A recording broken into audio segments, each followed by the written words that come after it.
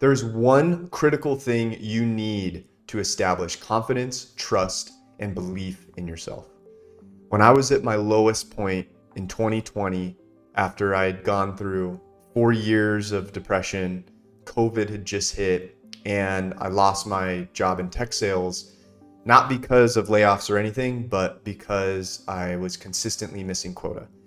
And all of a sudden, I wanted to be an entrepreneur. I wanted to live life totally differently. And one of the things I started doing every morning was I started reading a lot. I came across tons of books, life-changing books on things like mindset, psychology, building habits, changing my relationship with money, business, etc. And this week, I break down one of those books, The 4 Agreements.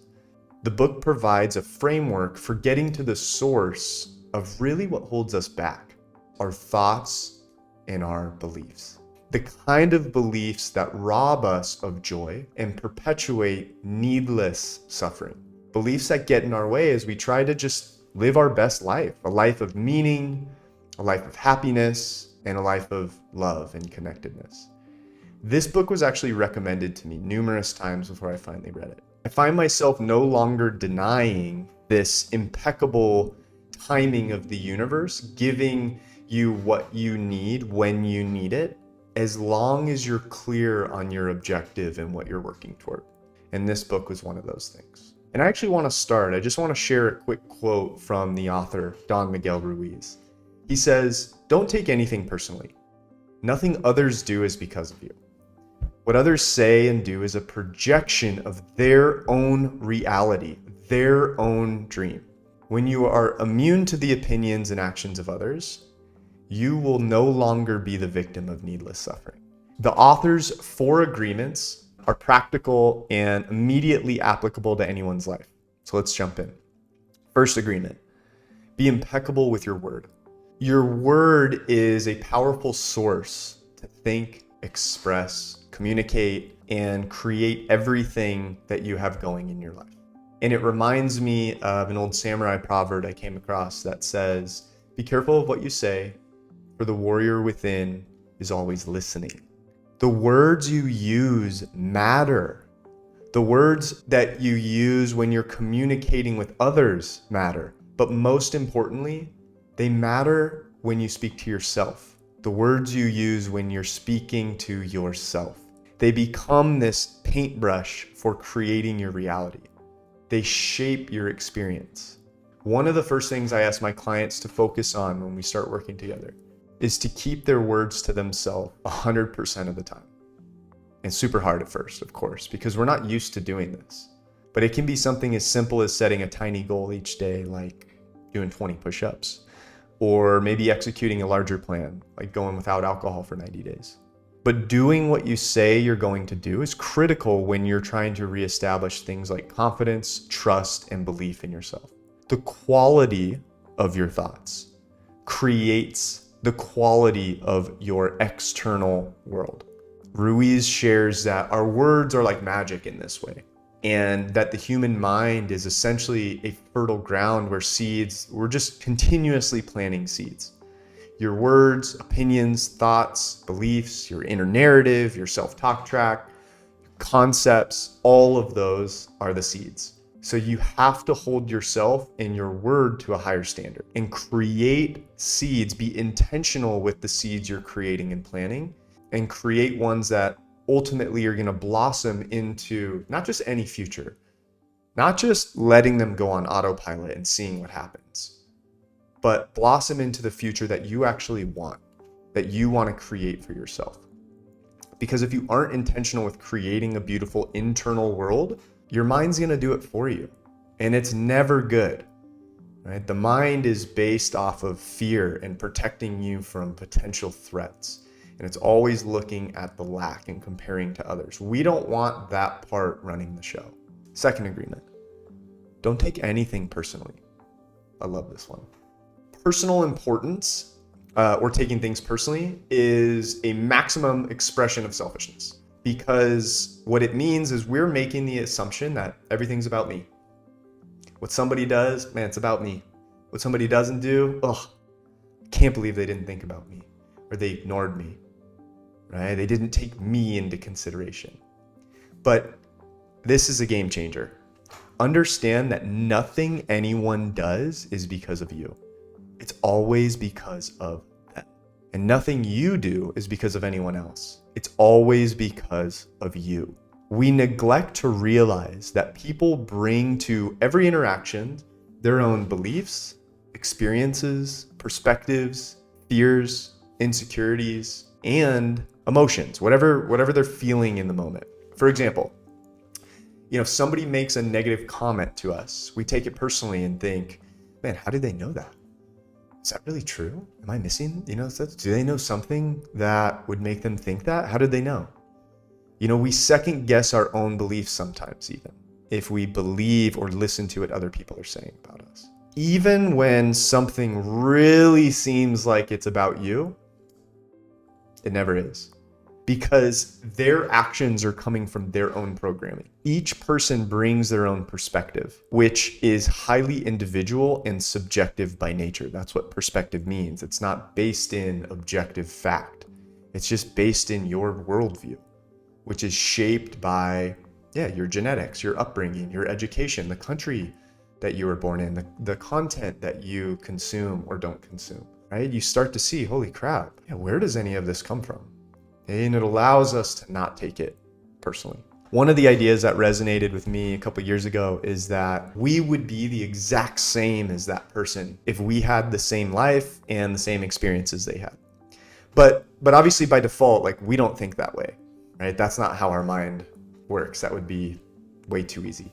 We tend to project that someone acting a certain way that we don't agree with, we tend to project that that's wrong. Or maybe we say, I just couldn't believe they would do something they did. But realize that we would be doing the exact same thing if we had their genes, parents, upbringing, education, life experiences, income, fears, insecurities. We'd be living exactly as they are. And it doesn't mean that we have to allow others' actions to overstep our own boundaries. But what it does is it provides space for things like empathy and compassion and allows us to know that, man, they're just doing the best they can within their level of awareness. And really, when you start to understand this, you no longer react to what others do. You realize that everything everyone does it's just in accordance with their own programming. It's got nothing to do with you. An idea that you can think about and remember is that hurt people hurt people.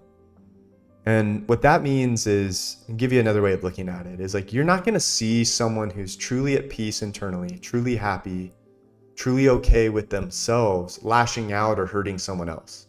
You don't see those people trolling online, right? Or making comments, negative, gossiping, talking behind your back. If they're okay with themselves internally, there's no need to do that. It's just not what happens. And external circumstances and events, they end up just being mirrors for us. They simply reflect and magnify what we're already feeling inside.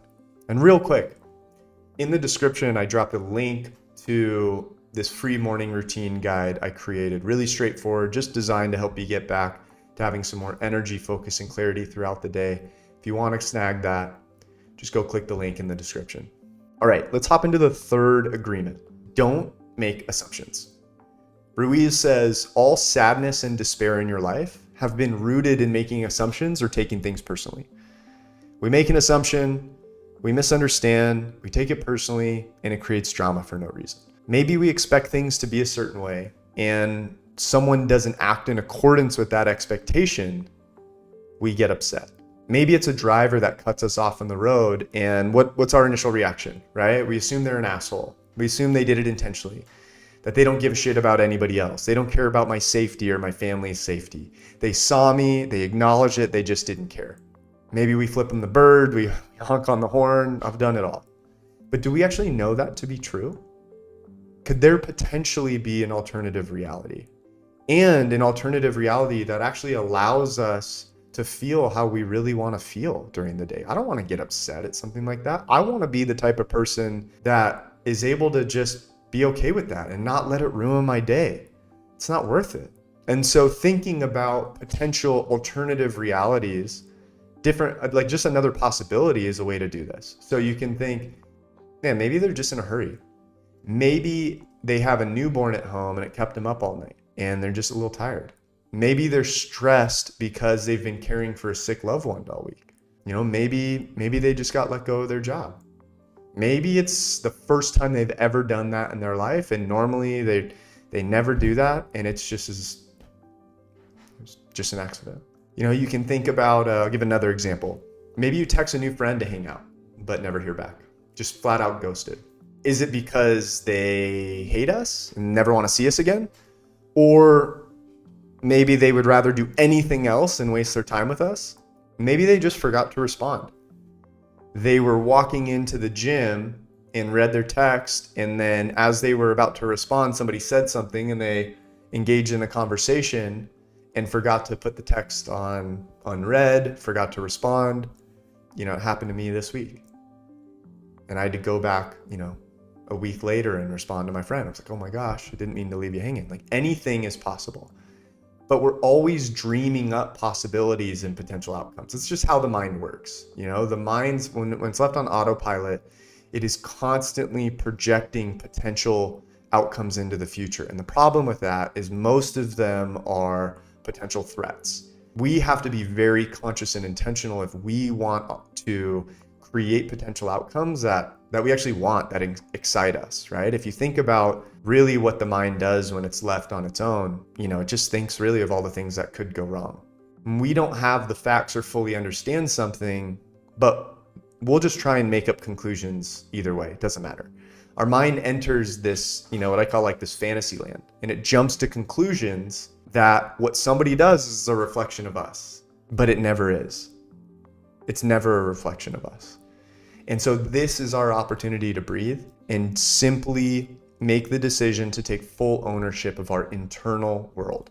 And this is really what it means to me to start living empowered, to take full ownership of how you respond, how you want to show up, and then ultimately take action in alignment with that moving forward. Fourth agreement, always do your best.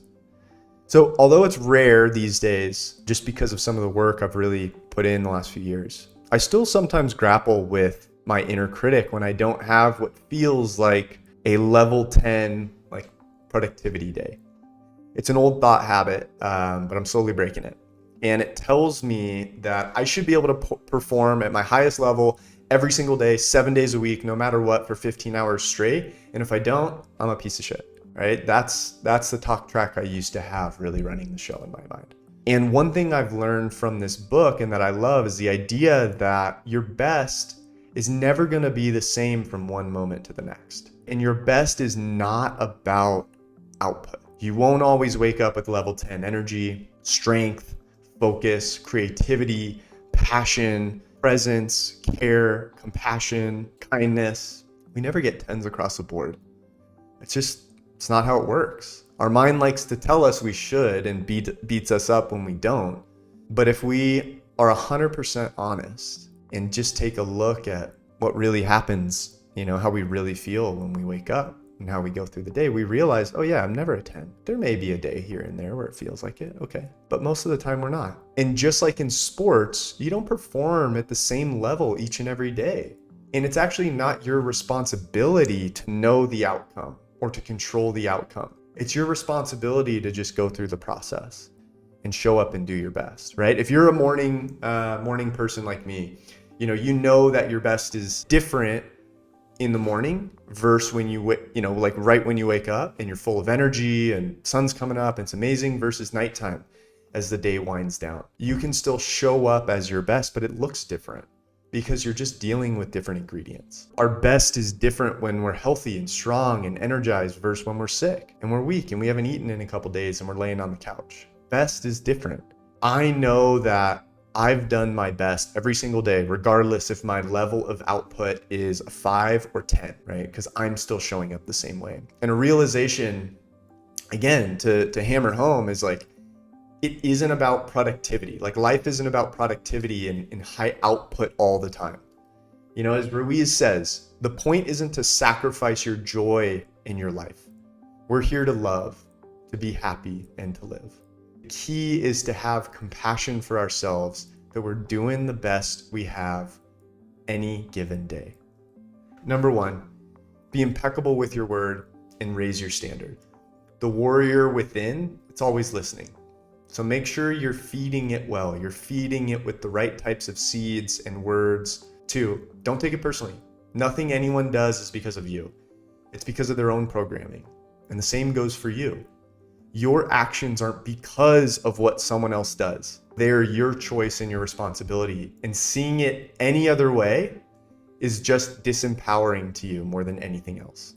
Number 3, assumptions are a fairy tale we create based off made up thoughts, not having all the facts, and projections of our own programming. 4, always do your best. Know that your best will vary day to day. And understand that everyone is doing their best they can within their level of knowledge and within their level of awareness. Make sure you comment below what stood out to you, what resonated most. Like this, subscribe, and grab my perfect morning routine guide in the description.